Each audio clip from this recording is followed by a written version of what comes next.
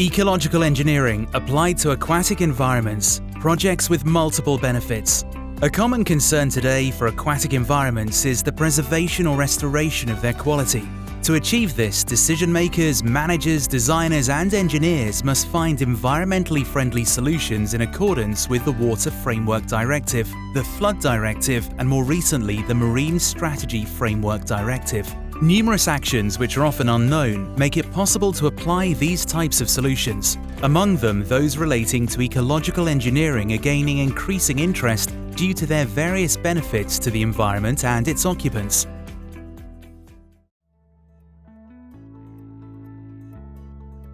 Agricultural areas can sometimes generate pollution. Water runoff pollutes rivers and groundwater with pesticides and fertilizers. This can lead to ecological imbalances. In addition to the efforts made in agricultural practices, as well as in the preservation or restoration of existing wetlands, ecological engineering solutions exist that can further halve pollution.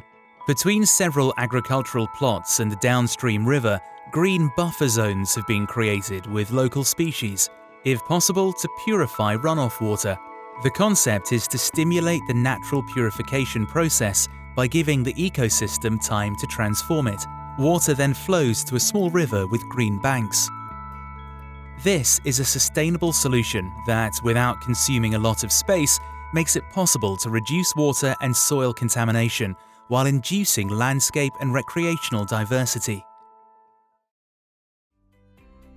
In aquatic environments, ecological engineering can contribute to reconciling several objectives within a single project, and thus provide several benefits.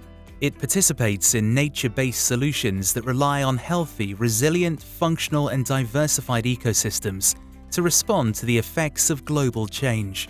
For more information, please consult our collective works on ecological engineering applied to aquatic environments.